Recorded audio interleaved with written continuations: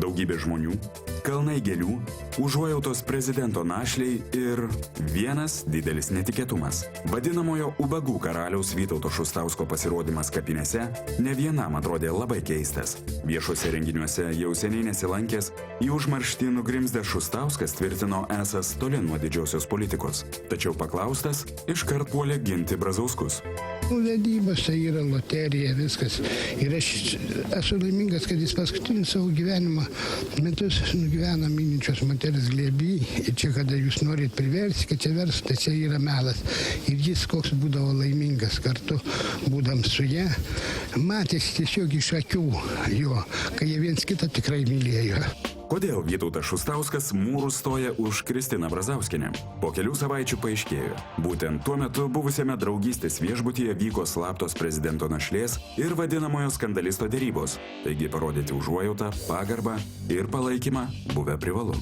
O ir Kristina Brazauskienė buvo nusprendusi. Tol, kol nepasibaigs gedulas, jokių lemtingų sprendimų nepriiminės. Kaip nesakys ir griežtų priekaištų vyro bendražygiams, kurie anot Kristinos į akis kalbėjo vieną, o už akių darė visai ką kitą. Kiek aš girdėjau per radiją, tai mirus vyrui gedulas pusę metų. Aš metus laiko gedėjos, nesilankiau jokiuose, reiškia, tose vakarėliuose, vat kaip sakau, matydavau dukros eina, nei aš ten ir koncertus eidavau, aš buvau tokia daug maž užsidarius. Kiek man dėmesio skiria žurnalistai, tai jiems ačiū. Nuoširdžiai dėkoju. Va. O dabar, taigi aš gyvą neužsikasiu.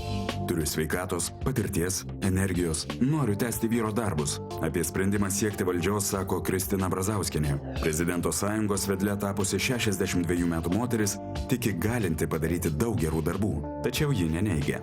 Prie dabartinių jos siekių, tikslų ir ambicijų gerokai prisidėjo ne tik kilnūs norai, bet ir senos nuoskaudos. Iki paskutinės gyvenimo minutės buvusi šalia vyro, žinojusi jo mintis, Kristina tikina, Algirdas Mykolas Brazauskas išėjo labai įskaudintas. Jeigu amžinatilsį Brazauskas turėtų Bačką ir Šustauską, jis būtų daugiau gerų darbų padaręs Lietuvai. O jis turėjo tokią aplinką, kad jam kartodavo, mes jūs palaikom, tik niekam nesakykit. Ir tai jisai skaudžiai pergyveno.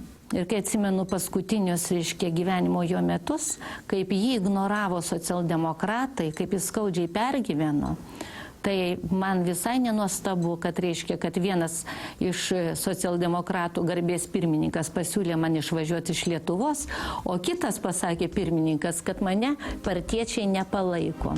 Apie tai, kad Algirdo Mykolo Brazausko liga sparčiai progresuoja, apie tai, kad gyventi prezidentui liko vos keletas mėnesių, Kristina Brazauskienė sužinojo 2010-ųjų pradžioje. Vėžio nesustabdė nei naujausi vaistai, nei vizitai į garsiausias pasaulio klinikas, nei netradicinės priemonės.